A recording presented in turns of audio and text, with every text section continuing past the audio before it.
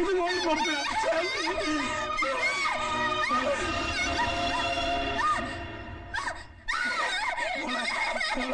മോള് പപ്പയാ. മോളെ മോളുടെ പപ്പ ഇവിടെ ഉണ്ട്. മോളെ ആരും ഒന്നും ചെയ്യില്ല.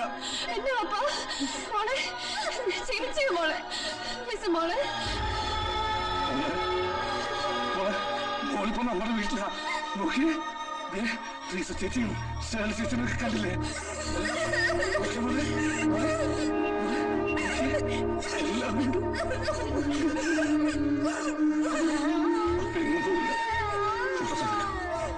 എന്റെ മോളെ പത്തിനെങ്ങും പോകില്ല.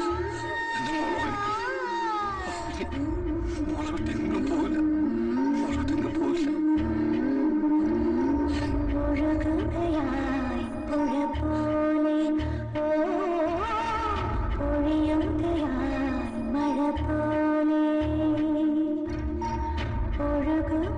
നമ്മൾ ഇവിടുന്ന് ദൂരത്തൊരു സ്ഥലത്തേക്ക് താമസം മാറും. എന്നിട്ട് അവിടെ നല്ലൊരു സ്കൂളിൽ ലിസമോളെ ചേർക്കും. അവിടെ ആരും മോളെ തിരിച്ചറിയത്തില്ല. അപ്പൊ പിന്നെ ആരും കളിയാക്കത്തുമില്ല, കമന്റ് അടിക്കത്തുമില്ല. മോളപ്പ എന്താ വേണ്ടേ? കഴിഞ്ഞതൊക്കെ മറന്ന് നല്ലവണ്ണം പഠിച്ച് പപ്പ മോഹിച്ചു പോലൊരു ഡോക്ടർ ആവണം. മോളിങ്ങനെ മിണ്ടാണ്ട് പറയാണ്ടോക്കിരുന്ന പപ്പയ്ക്ക് വിഷമാവില്ലേ? നമ്മുടെ പപ്പ പാവല്ലേ? പപ്പ നമുക്ക് വേണ്ടി എന്തോരോ കഷ്ടപ്പെടുന്നേ. അപ്പൊ നമ്മൾ എന്താ വേണ്ടേ? പപ്പയെ വിഷമിപ്പിക്കരുത്.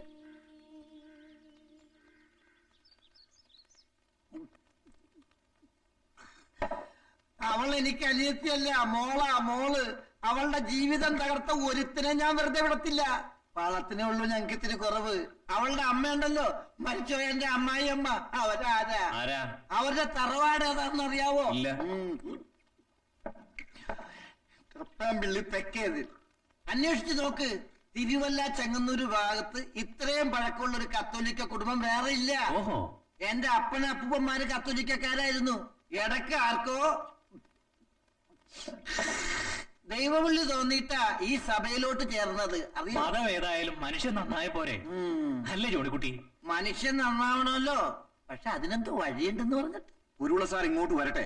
സാറ് വന്നിട്ട് നേരിട്ട് പറയും ജോണിക്കുട്ടിയോട് കാര്യങ്ങൾ. അയ്യോ, സാർ എപ്പോഴേ വന്നു? അപ്പുറത്തെ റൂമിലുണ്ട്, വിളിക്കട്ടെ. എന്താ പേര് പറഞ്ഞത്? ജിബു.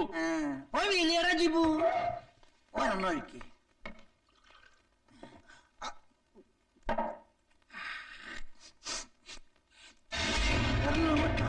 നമസ്കാരം. നമസ്കാരം. നമസ്കാരം. സാറ് ഞങ്ങളുടെ കുടുംബത്തിലുണ്ടായ കാര്യങ്ങളൊക്കെ അറിഞ്ഞു കാണുമല്ലോ. അറിഞ്ഞു കാണുന്നോ? എന്ത് വർത്താനം എന്റെ ജോണിക്കുട്ടി. കഴിഞ്ഞ ദിവസം നിയമസഭയിൽ ഞാൻ ഇതിന്റെ പേരിൽ എന്ത് ഒച്ചപ്പാടുണ്ടാക്കിയതാ? മനസാക്ഷിയുള്ളവർക്ക് ഇതിനെതിരെ പ്രതികരിക്കാതിരിക്കാൻ പറ്റുമോ? എന്റെ സാറേ, ആ പെങ്കൊച്ചിനെ കണ്ട ചങ്ക് പൊട്ടിപ്പോവും. എങ്ങനെ സഹിക്കും സാറേ?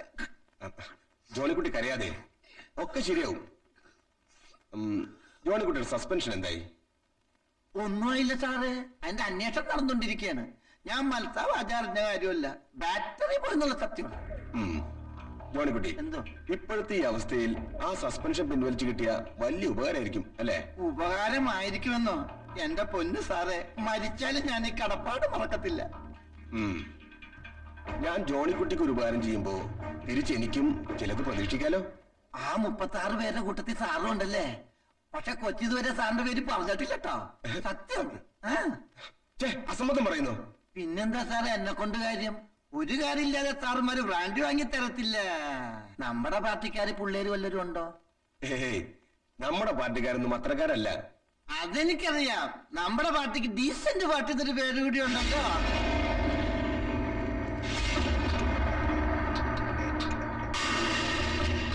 ജോണിക്കുട്ടി ഇയാൾ അറിയോ? പിന്നെ സാബു നെടുങ്കണ്ടം സാറിന്റെ പാർട്ടിക്കാരനല്ലേ? നല്ല തങ്കം പോലത്തെ മനുഷ്യനാ സാറേ. ജോണിക്കുട്ടിക്ക് അറിയാലോ, കഴിഞ്ഞ 5 വർഷം വരെ ഞാനാണ് ഇവിടുത്തെ MLA. പക്ഷെ ഇപ്രാവശ്യം സഭക്കാര് നെടുങ്കണ്ണ സാബുവിനെ സപ്പോർട്ട് ചെയ്യാൻ പോണത്. ഞാനൊരു പുരോഗമനാശയക്കാരനും പള്ളിക്കും പട്ടക്കാർക്കും കുറച്ച് എതിരുമായിപ്പോയി. അതാ പറ്റിയത്. സാർ ഈ ചരിത്രവും പൗരോർമ്മൊന്നും പറയണ്ട. ഞാനിപ്പോ എന്നതാ ചെയ്യേണ്ടത്? പേരറിയാൻ പറ്റാത്ത ചിലര് ദ്രോഹിച്ചിട്ടുണ്ടെന്നല്ലേ അന്ന് ലിസമ്മ പോലീസിനോട് പറഞ്ഞത്? അതെ. ആ കൂട്ടത്തിൽ ഈ സാബുവിന്റെ പേരൂടെ ഉൾപ്പെടുത്തണം. സാബുവിനെ പോലീസ് അറസ്റ്റ് ചെയ്താൽ പിന്നെ സീറ്റ് എനിക്ക് എന്നെ കിട്ടും. അങ്ങനെ ഉണ്ടായ ജോണിക്കുട്ടിയുടെ സസ്പെൻഷൻ പിൻവലിക്കാൻ മാത്രമല്ല വീട് പണി തീർക്കാനുള്ള കാശ് ഞാൻ തരും. സാർ ഒരു പുരോഗമന ആശയക്കാരനായതുകൊണ്ട് ഞാനിത് ചെയ്തു തരാം. സോറി, വെള്ളം ഒഴിക്കാൻ മറന്നു. മിടുക്കാൻ.